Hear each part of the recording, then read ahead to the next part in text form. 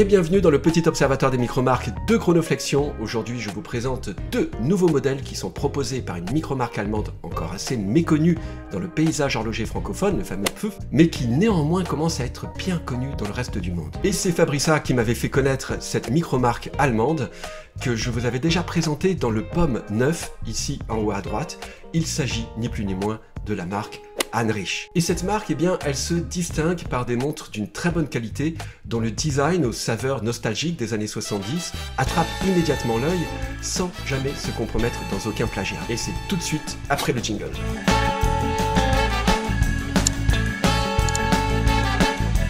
Comme d'habitude pour la plupart des micromarques, il n'y a qu'un seul homme aux commandes, il s'agit de Wolfgang Anrich, qui évidemment va sous-traiter avec différents artisans et entreprises horlogères pour la production des différentes pièces de la montre et son assemblage. Il produit en petite quantité et affectionne une relation particulière privilégiée avec le client. Si vous êtes un peu paumé avec le terme de micromarque, je vous renvoie vers le dossier de Chronoflexion à ce sujet, ici encore une fois en haut à droite. Ce dossier vous dit clairement ce qu'on doit entendre par le terme de micromarque. Bref, Wolfgang Anrich conçoit ses montres à Stuttgart et il les fait fabriquer à Pforzheim, toujours en série limitée. D'ailleurs, le logo d'Anrich est une libre réinterprétation du blason du Bade-Württemberg avec le lion et la couronne. On peut lire sur son site que tous ces modèles partagent la même vision de la marque, consistant à redéfinir le design vintage, combinant ainsi le meilleur du passé avec le meilleur d'aujourd'hui. On apprend aussi qu'il est plongeur amateur, fasciné par les montres des années 70,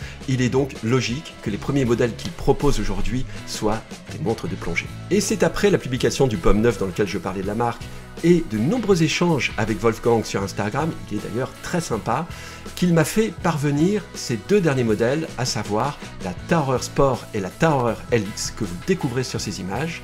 Alors Taurer en allemand ça veut dire plongeur tout simplement, et ça définit très bien cette montre. Je précise que cette vidéo n'est pas sponsorisée, quand bien même j'ai pu recevoir des montres en cadeau dans le passé, ce qui n'est pas le cas aujourd'hui, eh bien cette revue reste toujours 100% subjective, c'est mon avis et rien d'autre qui prime sur cette chaîne. D'ailleurs, je ne fais même pas monétiser ma chaîne YouTube, et si un jour cela devait se produire, eh bien je reverserai tous les fonds pour la lutte contre le réchauffement climatique. Aujourd'hui il fait 33 degrés à Bruxelles. Au passage, n'oubliez pas de liker cette vidéo, de la partager si elle vous plaît et de vous abonner si ce n'est pas encore fait, s'il vous plaît. Et on commence avec les caractéristiques techniques de la toquante. Son prix tout d'abord, si c'est une caractéristique technique, elle est vendue en précommande à 849 € et puis elle sera commercialisée à 949 €. Donc la précommande vaut vraiment le coup, vous avez une réduction de 100 €. Et les versions DLC, donc avec ce revêtement noir ultra résistant, eh bien elle sera vendue à 899 € puis 999 €, toujours TTC. Son diamètre est de 41 mm, le corne à corne est de 47,8 mm, l'entrecorne est de 20 mm, l'épaisseur de 13,6 mm avec le verre, elle mesure uniquement 11,5 mm sans le verre. Son étanchéité est de 20 ATM 200 mètres donc, son poids est de 155 grammes avec le bracelet. Alors ça peut paraître un peu lourd, mais en fait elle est quand même beaucoup moins lourde qu'une Seiko Sumo par exemple, qui fait 180 grammes avec son bracelet. Le mouvement est un mouvement automatique Sellita SW200-1 élaboré, donc un mouvement suisse, avec une réserve de marche qui n'est pas exceptionnelle mais qui fait le job et qui est de 38 heures. Le verre est en saphir bombé traité anti-reflet. La luminescence, elle, est assurée par une peinture de Superluminova du BGW9, y compris sur la lunette.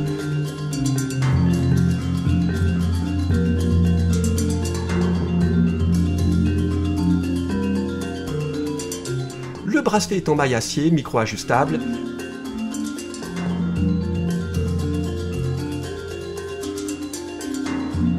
La fabrication est allemande et les précommandes vont être proposées à partir de la mi-juillet 2023.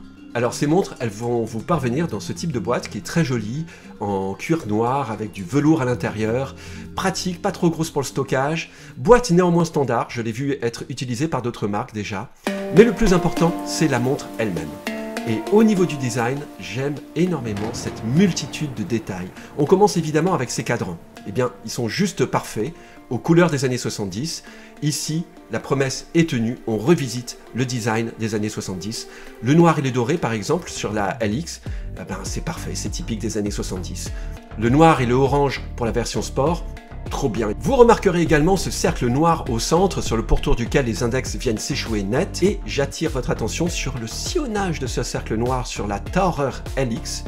Et puis, et j'adore le sillonnage d'ailleurs. Et puis, il y a cet anneau extérieur. On a une superbe couleur orange pour le modèle sport qui rappelle pas mal d'objets design des années 70, en bakélite notamment, mais pas uniquement. Et cet anneau brossé radial avec un superbe effet sunburst pour le modèle LX.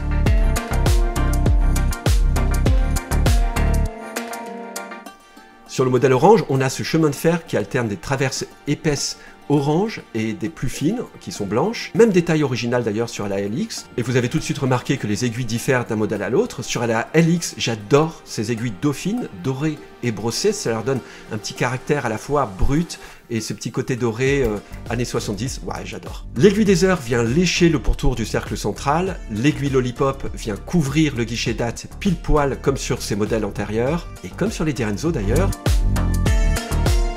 L'ouverture du guichet est en cercle assez petit et la couleur du disque de date est de la même couleur que celle du cadran, ce qui rend l'ensemble très discret. Sur la Sport, j'aime bien l'alternance des couleurs orange et blanc sur les aiguilles. Pour ce modèle-ci, l'aiguille des heures s'arrête un peu avant la circonférence du cercle intérieur. Je trouve que ça va bien en termes de design, c'est équilibré. On a des index appliqués dans les deux cas, ça j'adore toujours.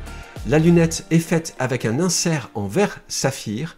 Et le grip de cette lunette, il est juste parfait avec ce quadrillage diamant et sur lequel on trouve ces deux lignes qui reproduisent le mouvement des vagues et qui sont surgravées. Et ce grip de la lunette, on le retrouve sur cette couronne assez imposante mais qui s'intègre très bien dans le style robuste général de la montre. Tout ça respire vraiment la Tool Watch. La luminescence, elle, est parfaite. Regardez-la sur ces images, difficile de faire mieux. On a du BGW9 généreusement appliqué. La carrure essentiellement brossée est typique de ce que l'on pouvait trouver sur quelques toquantes des années 70, assez géométrique, d'allure simple mais néanmoins travaillée avec ses chanfreins polis sur les flancs, sur les cornes. Le fond de boîte est fermé et présente une chouette gravure, mais pas de quoi casser trois pattes à un canard. Le bracelet en maille s'intègre très bien à l'ensemble, d'allure vintage, il respire la solidité. Et le fermoir, lui, est assez imposant, mais là encore proportionné aux autres éléments. Il est super solide et offre cette extension de plongeur qui permet aussi d'effectuer un micro-ajustage du bracelet sans avoir besoin d'outils. Alors au niveau du ressenti, ben voilà, aspect vintage réussi, originalité, couleur qui marche, ça respire la solidité. La montre est confortable au porté. Elle est un petit peu lourde, mais c'est pas dérangeant pour moi. J'aime bien avoir une montre de bonhomme. Le rapport qualité-prix est vraiment excellent. Vous avez toutes ces caractéristiques techniques pour un tarif inférieur à 1000 €. Sur les points où je suis plus mitigé, peut-être, nul doute que la taille conviendra au poignet de 18 cm de diamètre et plus, mais pour les autres, je suis un peu moins sûr que cela convienne. Alors désolé, messieurs. Quant au bracelet, eh bien, on a un look vintage réussi, il semble confortable, mais peut-être le petit reproche que je peux faire, c'est que l'articulation des mailles n'est pas très fluide. Ça accroche un petit peu. Là encore, quand le bracelet entoure votre poignet, ce problème d'articulation ne se ressent pas du tout. Ah oui, et pour le fermoir du bracelet, alors super solide, il est perlé à souhait. Alors ici, ce perlage, ça peut être joli, mais je trouve qu'il est un petit peu too much. On en trouve un petit peu partout. Alors c'est pas très grave, c'est un détail. Alors il faut aimer le boîtier. J'aime bien, mais il y a un côté un peu mastoc et anguleux qui ne plaira pas forcément à tous. On retrouve cependant ce type de design sur d'autres montres aussi, comme la Samurai de Seiko, les Swordfish de Zelos, pour donner deux exemples rapides.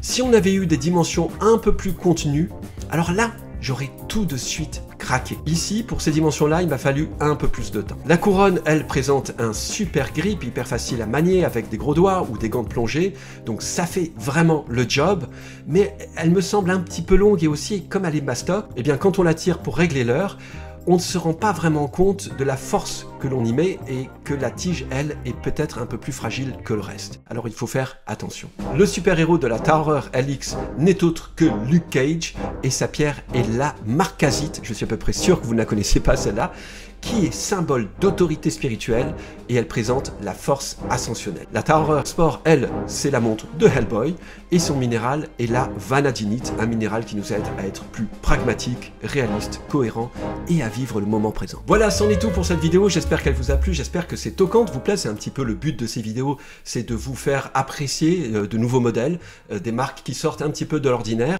Qu'est-ce que vous pensez du positionnement tarifaire pour le nombre de prestations qui sont données dans cette montre, à savoir on a un verre saphir traité anti-reflet, double face, un mouvement Sellita, donc de manufacture suisse, un traitement BGW9 généreusement appliqué sur les index, les marqueurs, les aiguilles, une étanchéité à 20 bars, 20 ATM, 200 mètres, un bracelet en acier. Qu'est-ce que vous en pensez? Moi, je trouve que c'est assez remarquable quand on est en dessous de la barre des 1000 €. Cette marque, elle me fait penser un petit peu, c'est comme une sorte de Seiko ou de Zelos à l'européenne. Je lui prédis un bel avenir. Les montres ont l'air très solides, elles sont peut-être un peu mastoc, mais le design est néanmoins bien léché. Il a ces belles allures des années 70 que beaucoup d'entre vous adorent, affectionnent particulièrement, avec des petites touches, plein de petits détails. Voilà, qu'est-ce que vous en pensez? Dites-le moi objectivement dans les commentaires. N'oubliez pas de rester bienveillant dans les commentaires et n'oubliez pas de liker cette vidéo, de la partager et de vous abonner si ce n'est pas déjà fait. Je me répète encore un petit peu. D'ici à ce qu'on se retrouve, je vous souhaite un merveilleux été et à très bientôt sur Chronoflexion.